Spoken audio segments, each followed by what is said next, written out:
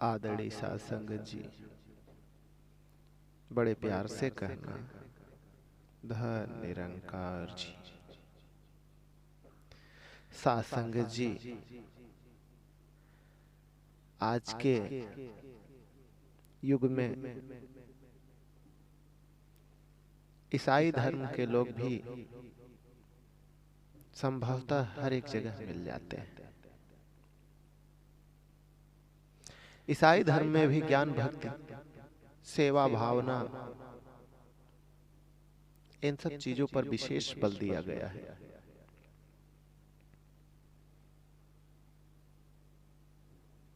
Bible एक विश्वविख्यात आध्यात्मिक ग्रंथ है और ईसाई धर्म का प्रचार भी इस समय संसार के अनेकों देशों में कोने कोने में पहुंच चुका है। यदि अनुयायियों की दृष्टि से देखा जाए तो आज ईसाइयों की संख्या ही सर्वाधिक देखी जाती है। विश्व में अगर किसी धर्म के मानने वाले लोग सबसे ज्यादा हैं तो वो है ईसाई धर्म के लोग। राष्ट्रपिता महात्मा गांधी जी ने जब बाइबिल को पढ़ा तो इस ग्रंथ में और हिंदू धर्म के गीता आदि ग्रंथों में प्रयोजन और भाव की दृष्टि में कोई अंतर नहीं देखा। ईसाइयों की सेवा भावना ने बापू को बहुत प्रभावित किया था। ईसाई मत के अनुसार आत्मज्ञान की जिज्ञासा का बहुत महत्व है।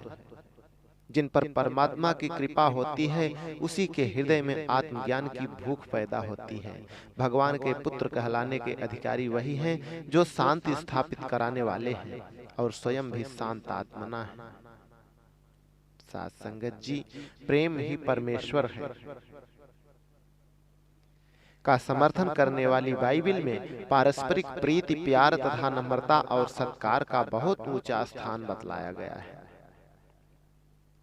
गरीबों को भोजन कराना, पड़ोसी से प्रेम करना, बीमारों की सेवा करना और दूसरों के अपराध क्षमा करना भक्तों के लक्षण हैं, जिनकी अनेक स्थलों पर स्पष्ट चर्चा की जाती है। जहां दीप जलाए रखने की बात कही गई है वहां ज्ञान का प्रतिपादन है और जहां क्षमा, करुणा, सेवा, प्रेम आदि पर प्रकाश डाला गया है वहां भक्ति निरूपण ही प्रकारांतर से किया गया है। अतः बाइबिल के ज्ञान, भक्ति आदि के विचारों को देखा जाए तो हम कहेंगे कि बाइबिल भी विश्व बंधुत्व की तरफ ही महात्माओं को ले जाती है। बाइबिल में कहा गया है कि धन्य है वे जो मन के दीन हैं, स्वर्ग का राज उन्हीं का है। धन्य है वे जो नम्र हैं, वे ही पृथ्वी के मालिक होंगे। धन्य है वे जो धर्म के भूखे प्यासे हैं, वे तृप्त किए जाएंगे। धन्य है वे जिनके हृदय शुद्ध हैं, उन्हें प्रभु के दर्शन मिलेंगे। धन्य है वे जो शांति कराने वाले हैं, मेल जोल कराने वाले हैं, वे भगवान के पुत्र कहलाएंगे। धन्य है जो धर्म के कारण सताए जाते हैं, स्वर्ग का राज्य उन्हीं का है। जो कोई दान दे वह श्रद्धा के साथ दान दे, जो कोई दया करे वह हंसी खुशी के साथ दया करे। प्रेम में कोई कष्ट नहीं होना चाहिए, बुराई से घृणा करनी चाहिए, भलाई में लगे रहना चाहिए। एक दूसरे के साथ भाईचारे का प्रेम करना चाहिए, एक दूसरे का आदर करने में होड़ करनी चाहिए, प्रयत्न करने में आलस नहीं करना चाहिए। आशा में प्रसन्न रहो, दुख में स्थिर रहो। सज्जनों की सहायता करो, अतिथियों की सेवा करो, सताने वालों को आशीर्वाद दो, हंसने वालों के साथ हंसो, रोने वालों के साथ रो। बुराई के बदले बुराई ना करो, भले का काम करो, सबसे मेल करो, किसी से बदला मत लो। तुम्हारा शत्रु भूखा हो उसे खाना खिलाओ, प्यासा हो तो पानी पिलाओ। बुराई को अपने ऊपर हावी मत होने दो, भलाई से बुराई को जीतो। ऐसा संदेश बाइबिल देती है। लेकिन क्या सभी बाइबिल को मानने वाले लोग, ईसाई धर्म को मानने वाले लोग इसका पालन करते हैं? बाइबिल में कहा गया है कि दुश्मन से भी प्यार करो। अब हम कहेंगे जो हमारा दुश्मन है हम उससे कैसे प्यार कर सकते हैं? कहा गया है कि तुम अपने पड़ोसी से प्रेम करो और अपने दुश्मन से घृणा नहीं। दुश्मन से भी प्रेम करो। जो लोग तुम्हें सताते हैं उनके लिए प्रार्थना करो, तभी तुम स्वर्ग में रहने वाले अपने पिता की संतान ठहरोगे, क्योंकि वह भले और बुरे दोनों पर अपना सूर्य उदय करता है, धर्मियों और अधर्मियों दोनों पर मेघ बरसाता है। यदि तुम उन्हीं से प्रेम करो जो तुमसे प्रेम करते हैं, तो तुम में और उसमें फर्क ही क्या है?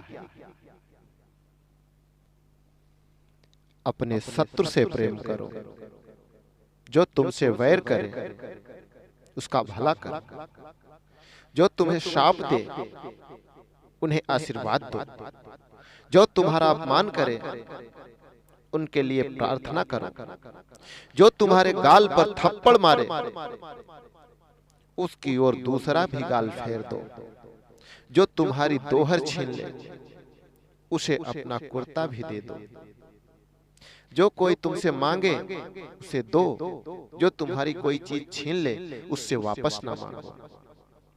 यदि तुम प्रेम करने वालों के साथ प्रेम करो तो इसमें तुम्हारी कौन सी बड़ाई है? पापी भी तो ऐसा करते हैं। उधार देकर वापस पाने की तुम आशा रखो तो उसमें तुम्हारी कौन सी बड़ाई है? पापी भी तो ऐसा ही करते हैं। जो बुरे हैं उन पर भी वह परम पिता कृपालु है, तुम भी उसी की तरह दयालु बनो। बस परमेश्वर सब पर कृपा करता है। परमेश्वर चाहता है कि हमारे बच्चे हमारे जैसे बने। तुम सकरे रास्ते से घुसो, नरक को जाने वाली सड़क चौड़ी है और फाटक बड़ा है, बहुत से लोग उसमें घुसते हैं। सकरी सड़क और सकरे दरवाजे वाले स्वर्ग की ओर कम ही लोग जाते हैं। अपनी कमर बांधे रहो और दीपक जलता रखो, ऐसा ना हो कि प्रभु तुम्हें बेखबर पाए। साथ संगत जी, हमेशा सावधान रहो और ईश्वर से प्रार्थना करते रहो कि कहीं तुम प्रलोभन में न पड़ जाओ। आत्मा तो तैयार है, परम शरीर दुर्बल है।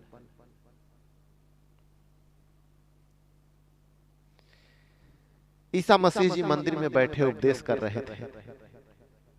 तभी कुछ लोग एक स्त्री को लाए जो बदचलनी में पकड़ी गई थी। लोगों ने उसे बीच में खड़ा करके ईसा से पूछा कि हे गुरु, यह स्त्री बदचलनी करती पकड़ी गई है। मूसा की आज्ञा है कि ऐसी स्त्री को पत्थर बरसाकर मार डाला जाए। आप क्या कहते हैं? तो साथ संगत जी, ईसा झुककर उंगली से जमीन पर लिखने लगे कि जब पादरी और फरीसी जो उसे लाए थे बार बार उससे वही सवाल करते रहे, तो ईसा ने सीधे होकर उनसे कहा कि तुम में से पहला पत्थर कौन मारे? जिसने कभी कोई गुनाह ना किया हो, ऐसा कहकर ईसा मसीह फिर झुककर जमीन पर लिखने लगे। ईसा की बात सुनकर सभी छोटे बड़े आदमी एक एक कर वहां से खिसक गए। खड़ी रह गई तो केवल वह बेचारी स्त्री। ईसा खड़े होकर उससे पूछने लगे, कहां गए वे सब लोग जो तुझ पर इल्जाम लगा रहे थे? क्या किसी ने तुझे दंड नहीं दिया? वह बोली कि प्रभु, किसी ने नहीं। ईसा मसीह बोले, मैं भी तुम्हें कोई दंड नहीं देना चाहता, लेकिन जा फिर से पाप मत करना। साथ संगत जी, यदि कोई पापी है, कसूरवार है, समाज को गंदा करता है, बेईमान है, चोर है, बहुत सारी बुराइयां उसमें हैं, उसे दंड न कर देकर बल्कि उसे सद्बुद्धि देने का प्रयास करें,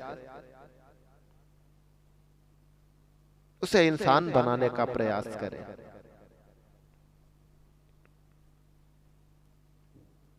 एक बार किसी फारसी ने ईसा जी से विनती की कि मेरे साथ भोजन करो, सो वे उस फारसी के घर में जाकर भोजन करने बैठ गए।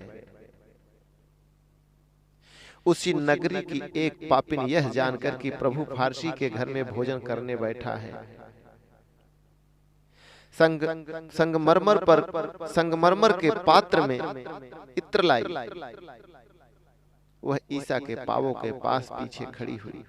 रो रो कर वह ईसा के पावों को आंसुओं से भिगोने लगी और फिर सिर के बालों से पोंछने लगी। उसने ईसा के पैर बार बार चूमे और उन पर इत्र मला। फरीसी सोचने लगा कि यदि वह भूत भविष्य जानता होता तो जान जाता कि जो स्त्री उसे छू रही है वह पापिन है। प्रभु ईसा उससे बोले कि हे शमीर, यदि किसी महाजन के 2 देनदार थे, एक से 500 दिनार चाहता था, दूसरे से 50, वह पास बांटने को कुछ नहीं रहा तो महाजन ने दोनों को क्षमा कर दिया। सो उनमें से कौन उससे अधिक प्रेम करेगा? फरीसी बोला, वह जिसका अधिक पैसा उसने छोड़ दिया। प्रभु ईसा ने कहा, तू ठीक कहता है। इस स्त्री को देख, मैं तेरे घर में आया परंतु तूने मेरे पैर धोने को पानी भी न दिया। इस स्त्री ने अपने आंसुओं से मेरे पैर धोए, अपने बालों से उन्हें पोंछा, तूने मुझे चूमा तक नहीं। जब से मैं आया हूं तब से इसने मेरे पैरों को चूमना नहीं छोड़ा। इसने मेरे पांव पर इत्र डाला, इससे इसके तमाम पाप क्षमा हुए, क्योंकि इसने बहुत प्रेम किया। उस स्त्री से ईसा ने कहा, तेरे सारे पाप क्षमा हुए, तेरे विश्वास ने तुझे बचा लिया। कहने का मतलब प्रायश्चित सबसे बड़ा दंड है। उस स्त्री ने प्रायश्चित किया प्रभु ईसा मसीह के चरणों में, सद्गुरु के चरणों में। सद्गुरु ने उसे क्षमा कर दिया। ईसाई धर्म में यह भी बताया गया है कि पति पत्नी एक होकर रहे। किसी भी कारण वह अपनी पत्नी को छोड़ देना उचित नहीं है। ईसा ने कहा, क्या तुमने यह नहीं पढ़ा कि जिसने उन्हें बनाया उसने शुरू से नर और नारी बनाकर कहा कि मनुष्य माता पिता से अलग होकर पत्नी के साथ रहेगा, पति पत्नी दोनों मिलकर एक तन होंगे। सो वे दोनों अब 2 नहीं बल्कि एक तन है। परमेश्वर ने जिन्हें जोड़ा है उन्हें मनुष्य को अलग नहीं करना चाहिए। जो आदमी बदचलनी के सिवा और किसी कारण अपनी पत्नी को छोड़कर दूसरी से ब्याह करता है वह बदचलनी करता है। जो आदमी उस छोड़ी हुई स्त्री से ब्याह करता है वह भी बदचलनी करता है। साथ संगत जी, दीन दुखियों में दौलत को लुटा देना चाहिए। एक सरदार ने ईसा से पूछा कि हे उत्तम गुरु, अनंत जीवन पाने के लिए मैं क्या करूं? ईसा मसीह ने कहा कि तू जानता ही है परमेश्वर की आज्ञाओं को, उसने कहा कि व्यभिचार मत करो, हत्या मत करो, चोरी मत करो,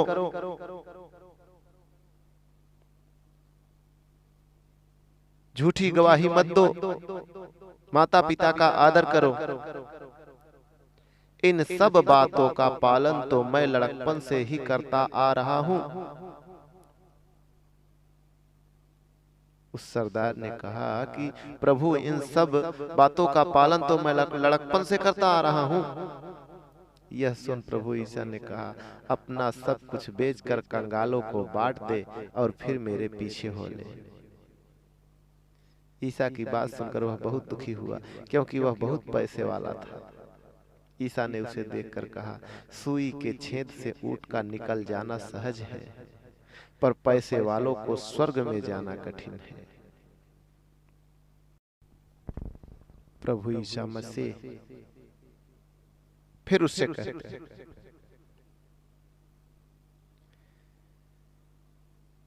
कि तू जब भोजन दे तो अपने मित्रों, भाइयों, कुटुंबियों या धनियों, पड़ोसियों को मत खिला। कहीं वे तुझे भोज देकर अपना बदला ना चुका दे। तू भोज दे कंगालों, लूलों, लंगड़ों और अंधों को। उनके पास बदला देने को कुछ न होगा, पर तुझे उसका पुण्य अवश्य मिलेगा। जो कोई तुझसे मांगे उसे दे, जो तुझसे उधार मांगे उससे मुंह मत मोड़।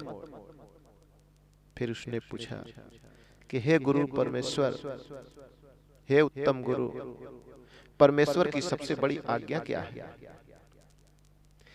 फिर ईसा मसीह ने कहा कि परमेश्वर की सबसे बड़ी आज्ञा यह है कि तू अपने पूरे मन, प्राण और बुद्धि से परमेश्वर से प्रेम कर।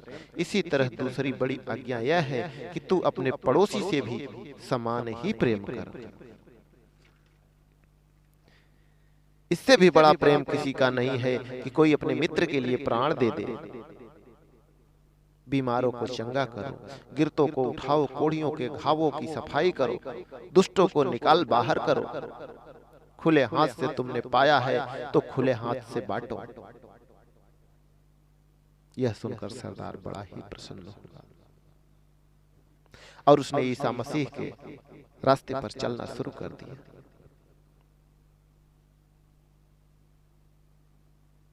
इन सभी बातों से स्पष्ट होता है कि ईसाई मत में भी ज्ञान और भक्ति का वही स्थान है जैसा वर्तमान समय में निरंकारी मिशन में देखा जाता है। निरंकारी बाबा गुरबचन जी महाराज को भी इस सत्य के प्रचार के लिए अपने प्राणों की वही कीमत चुकानी पड़ी जो उस समय ईसा मसीह ने चुकाई थी। ईसाई मिशनरियों का आज भक्ति और सेवा के उसी मार्ग पर अनुसरण करते हुए मानव सेवा के अनेक कार्यों में संलग्न दिखाई देते हैं। ईसाइयों द्वारा चलाए जा रहे अनेक अस्पताल अपनी सेवा भावना के लिए अत्यंत प्रसिद्ध रहे हैं। ईसाइयों की सेवा भावना, प्रीति, प्यार, नम्रता और सत्कार के समकक्ष ही आज निरंकारी मिशन भी स्वर्गीय देव समाज का निर्माण कर रहा है।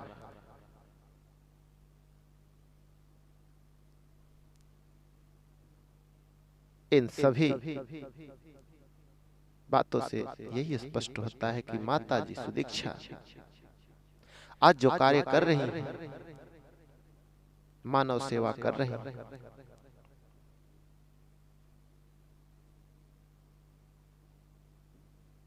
वो कभी भुलाया नहीं जा सकता है। बड़े प्यार से कहना।